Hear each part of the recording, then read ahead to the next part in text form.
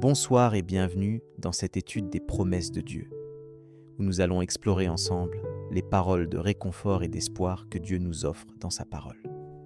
Ce soir, avant de terminer la journée, nous allons nous pencher sur une promesse qui nous rappelle l'importance de l'amour et de la compassion envers ceux qui sont dans le besoin.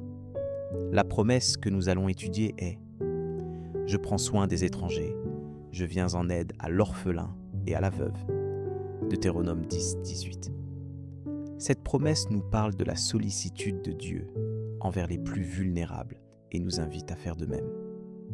Ce soir, alors que nous réfléchissons sur notre journée, nous pouvons nous demander « Qu'avons-nous fait pour aider ceux qui sont seuls, qui sont sans abri ou qui sont dans la détresse ?» La Bible nous dit que Dieu est un père pour les orphelins et un défenseur pour les veuves.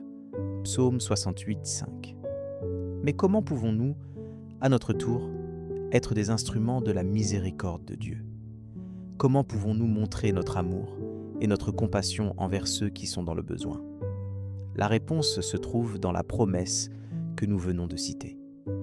Dieu prend soin des étrangers, des orphelins et des veuves, et nous sommes appelés à faire de même.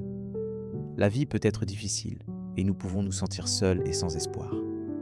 Mais Dieu nous rappelle qu'il est toujours avec nous, qu'il nous aime et qu'il prend soin de nous. La Bible nous dit que Dieu est notre refuge et notre force, un secours qui ne manque jamais en temps de détresse. Psaume 46. Mais comment pouvons-nous appliquer cette promesse dans notre vie quotidienne ? Comment pouvons-nous faire confiance en la promesse de Dieu de prendre soin des étrangers, des orphelins et des veuves ? La réponse se trouve dans un autre verset biblique. Aimez les étrangers, car vous avez été étrangers dans le pays d'Égypte. Deutéronome 10, 19. Ce verset nous rappelle que nous sommes tous des étrangers sur cette terre et que nous devons nous traiter les uns les autres avec amour et respect. Nous pouvons appliquer cette promesse en étant sensibles aux besoins des autres, en les écoutant et en leur offrant notre aide. Nous pouvons également prier pour que Dieu nous donne la force et la sagesse pour aider ceux qui sont dans le besoin.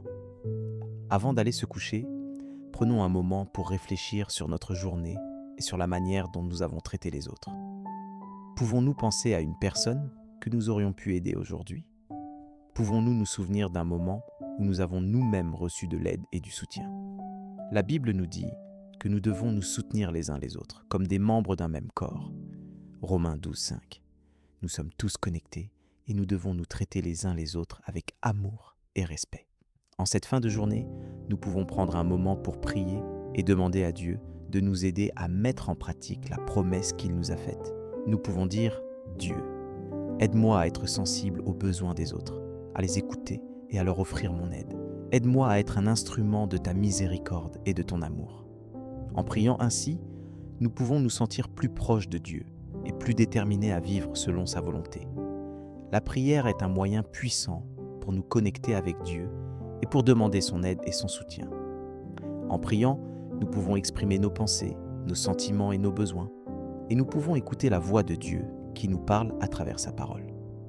La Bible nous dit que la prière du juste est puissante et efficace.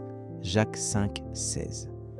Nous pouvons donc prier avec confiance, sachant que Dieu nous écoute et qu'il répond à nos prières. Avant de conclure, prenons un moment pour réfléchir sur la journée qui vient de s'écouler. Nous pouvons penser à tout ce que nous avons fait, à tout ce que nous avons dit et à tout ce que nous avons pensé. Nous pouvons demander pardon pour les erreurs que nous avons commises et nous pouvons remercier Dieu pour les bénédictions que nous avons reçues. La Bible nous dit que nous devons nous examiner nous-mêmes pour voir si nous sommes dans la foi. 2 Corinthiens 13, 5. En cette fin de journée, nous pouvons prier pour que Dieu nous aide à nous préparer pour la journée de demain. Nous pouvons demander sa bénédiction et son soutien, et nous pouvons nous engager à vivre selon sa volonté. La Bible nous dit que Dieu était notre roche et notre salut, notre défenseur et notre libérateur. Psaume 18, 2.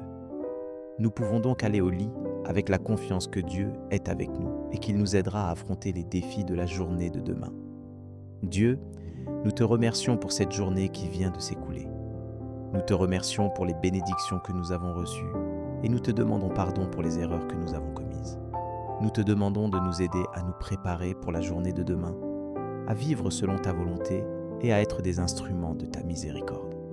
Nous te demandons de nous donner la force et la sagesse pour aider ceux qui sont dans le besoin et pour être sensibles aux besoins des autres. Nous te demandons de nous bénir et de nous soutenir et de nous donner la paix et le repos dont nous avons besoin. Nous te remercions pour ta parole qui nous guide et nous soutient, et nous te demandons de nous aider à la mettre en pratique dans notre vie quotidienne. Amen. Si cette prière a touché ton cœur, tape Amen dans les commentaires. Je prie que toute bénédiction de cette prière repose maintenant sur toi. Si tu as besoin d'une prière particulière, n'hésite pas à nous le dire dans les commentaires. Nous serons honorés de prier pour toi. Nous te donnons rendez-vous demain à 7h pour l'étude du psaume du jour. Si ce n'est pas déjà fait, nous t'invitons à regarder les vidéos du psaume et de l'évangile du jour disponibles sur notre chaîne YouTube Erpla l'Angelus France. Que la grâce et la paix de notre Seigneur Jésus-Christ soient avec toi. Amen.